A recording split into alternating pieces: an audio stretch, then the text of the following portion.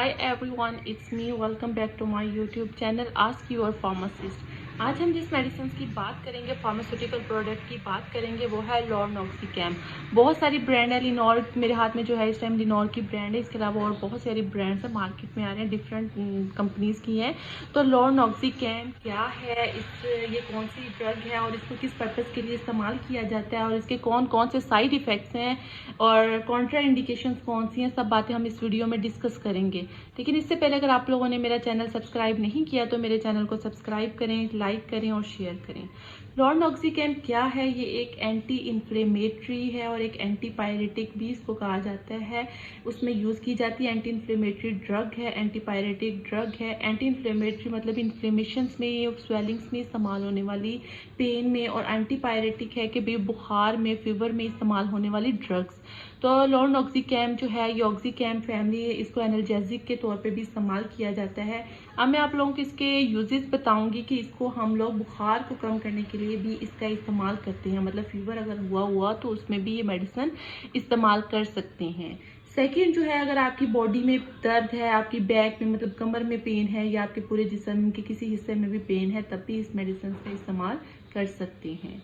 इसके अलावा ऑस्टियोआर्थराइटिस और रूमेटॉइड आर्थराइटिस के जो पेशेंट्स हैं उनको भी ये वाली मेडिसिन प्रिस्क्राइब की जाती है। ऑस्टियोआर्थराइटिस क्या होती है? इसमें भी जो होती है बोन्स में इन्फेक्शन हो जाता है। कार्टिलेज बोन होती है वो बहुत ज़्यादा नरम होती है, तो वो जब वीक होती है तो आपके जॉइंट्स जो है वो स्वेलिंग कर जाती हैं, ठीक है, उनमें इन्फ्लेमेशन हो जाती है। उसमें भी ये वाली मेडिसिन इस्तेमाल करते हैं। इसके अलावा रूमेटॉइड आर्थराइटिस क्या होता है कि जब आपका इम्यून सिस्टम किसी बैक्टीरिया की वजह से वो होता है तो ये जो है अटैक करता है आपके जॉइंट्स पे, जिससे क्या होता है जॉइंट्स या आपके पट्टे वगैरह कमजोर होना शुरू हो जाते हैं। तो उसमें भी जो है लॉर्नॉक्सिकैम का इस्तेमाल किया जाता है।